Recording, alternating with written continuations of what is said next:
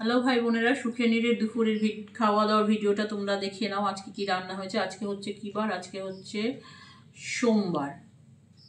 হ্যাঁ, সোমবার, রাইট।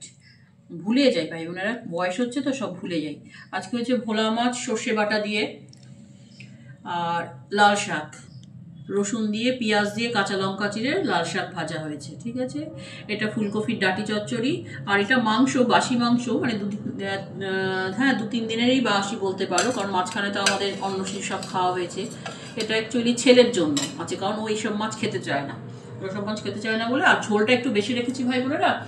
ওই রাস্তায় যে লাল কুকুর সাদা কুকুরে ওর বাবা নিয়ে বসেছে, সেটা দেখাতে হবে। ওর বাবা অলরেডি নিয়ে বসে গেছে, তাই দেখাতে হবে।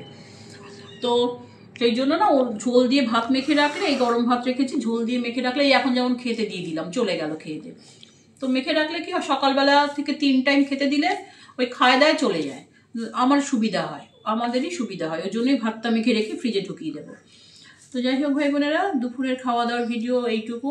তো আমি ভাই বোনেরা অনেকদিন ধরেই কাশিটা না আমার সকালবেলা হলে কাশিটা থাকছে না, রাত্রিবেলা এই বিকেল 5টার পর চান মান টুকটাক করে একটু জামা কাপড় কাচলেই কাশিটা শুরু হয়, এবং কফও ওঠে অল্প অল্প অল্প একটু কফ জড়াচ্ছে, তার জন্যই কাশিটা হচ্ছে। ডাক্তারবাবু ওষুধ দিয়েছে, যথেষ্ট দামি দামি পাওয়ারফুল খুব একটা দেয়নি।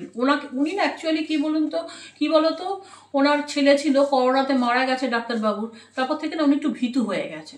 উনি ওষুধ দিতে গেলেন একটু মানে কম পাওয়ারের ওষুধ দেন সবসময়। ছেলেকেও এরকম মানে একটা ভয় ধরে গেছে। আমার মতন, আমার 80 কেজি ওজন ভাই বোনেরা, সেখানে আমার উপরটা 166, নিচেরটা 90। প্রেশারের ওষুধও খাচ্ছি, প্রেশার কমে না, ও অনেক ব্যাপার আছে।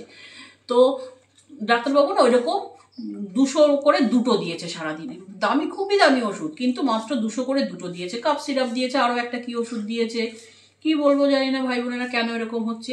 এই সন্ধ্যাবেলায় যে 5টা বাজে তখনই আমার এরকম কাশিটা শুরু হয়, মানে গলায় কফ জড়াবে আর কাশি হবে, একটু করে কফ উঠবে, আবার ভোরবেলায় ঠিক, রাত্রে সকালবেলায় ঠিক হয়ে যাবে।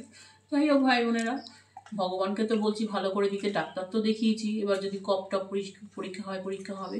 তো আজকের মতন ভিডিওটা এইটুকু। ভালো লাগলে অবশ্যই লাইক চিহ্ন দিও, সাবস্ক্রাইব করে পাশে থেকো, সাবধানে থেকো, আর লাইক চিহ্নটা দিও, আর ভালোবাসলে সাবস্ক্রাইব করো।